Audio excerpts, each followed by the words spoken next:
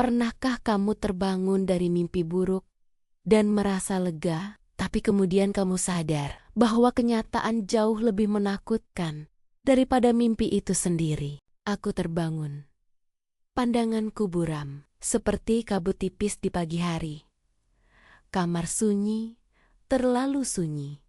Lalu aku melihatnya, bayangan itu, besar, hitam, samar, berdiri di samping ranjang. Terlalu dekat, terlalu nyata. Aku ingin berteriak, tapi suaraku tidak keluar. Jantungku berhenti berdetak. Waktu terasa membeku. Aku menatapnya. Dan dia hanya diam. Bayangan itu tidak bergerak. Tapi aku tahu, dia melihatku. Dan saat itu, aku sadar, mimpi burukku belum selesai. Ia baru saja dimulai. Narita menyusuri kamar tengah dengan langkah perlahan tapi pasti. Kacamata tebal bertengger di wajahnya. Namun cahaya rumah yang minim membuatnya tak banyak membantu. Benda-benda dikenal, tapi bentuknya tidak sepenuhnya hadir. Ia terus melangkah. Satu langkah, lalu satu lagi. Bukan karena yakin, melainkan karena tubuhnya sudah hafal jalurnya. Di depan kamar Misna, Narita berhenti. Meski dengan kacamata tebal itu, pandangannya tetap kabur. Wajah, garis, dan jarak saling bertumpuk. Dunia di hadapannya kehilangan tepi. Hanya gumpalan kabut yang bergerak. Tanpa wajah, tanpa jarak. Narita berdiri limbung di ambang kamar. Udara terasa lebih berat dari biasanya. Tanpa kacamatanya, dunia di hadapannya kehilangan tepi. Hanya gumpalan kabut yang bergerak. Tanpa wajah, tanpa jarak. Pantulan lampu redup pecah di lensa, menyisakan bayangan yang terpotong-potong. Udara terasa lebih berat dari biasanya. Setiap sudut rumah seperti menyimpan jarak yang keliru. Ia mencoba mengingat niatnya. Namun ingatan itu seperti meluncur, tak mau menetap. Langkahnya ragu, seolah lantai bergeser pelan di bawah telapak kaki. Sepatunya sudah dilepas di ruang tengah. Pakaian yang dikenakannya masih sama seperti saat ia masuk. Belum sempat berganti. Belum sempat benar-benar pulang.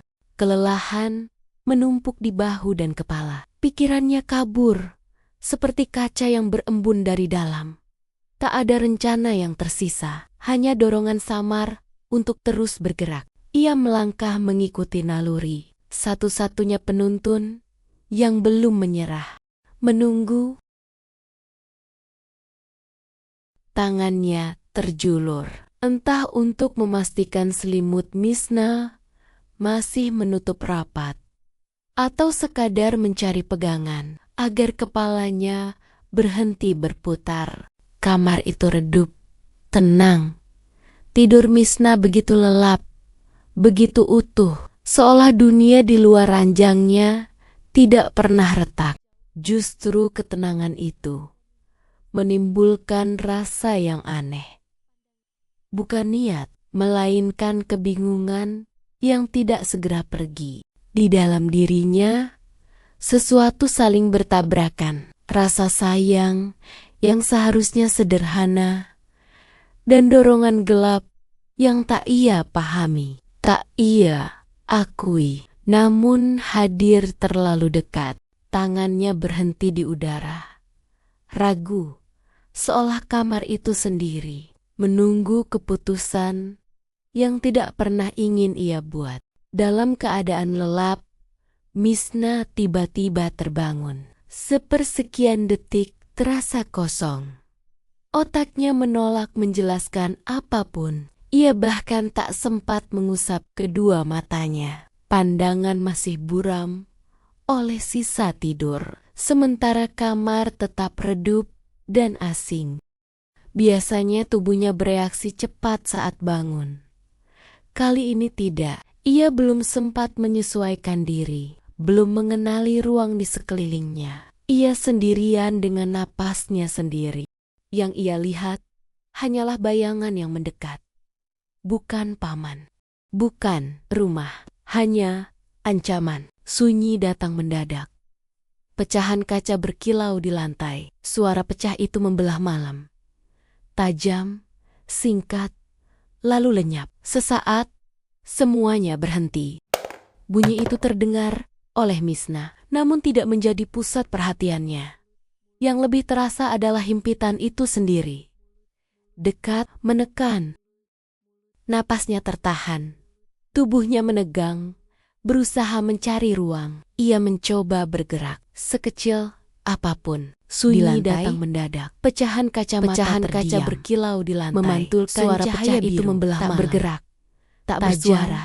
Singkat di kamar itu lalu lenyap. Yang bergerak sesaat hanyalah usaha semuanya Misna berhenti dan ketegangan datang mendadak yang belum pergi. Om, suaraku hilang di tenggorokan. Yang terdengar hanya napas. Bukan milikku saja. Memburu, dekat. Kedua tanganku tertahan, ditekan. Aku mencoba bergerak, tapi tubuhku sulit berbalik. Aku memaksa sekuat yang aku bisa. Saat tubuhku bergeser, tekanan di tangan kananku terlepas. Itu satu-satunya kesempatan. Tanganku meraba meja di samping ranjang, mencari apa saja, apapun. Jari-jariku menyentuh sesuatu, dingin, asing. Aku menggenggamnya, tanpa berpikir, tanpa rencana. Dan dengan sisa tenaga yang ada, aku menggerakkannya sekenanya, ke arah tubuh yang masih menghimpit dengan sisa tenaga. Aku mendorong sekuat-kuatnya, bukan rapi, bukan terarah. Hanya dorongan darurat untuk melepaskan diri. Dan ternyata berhasil. Tubuh besar itu terlepas dariku. Himpitan menghilang. Aku terbebas. Aku tidak memperhatikan apapun setelahnya.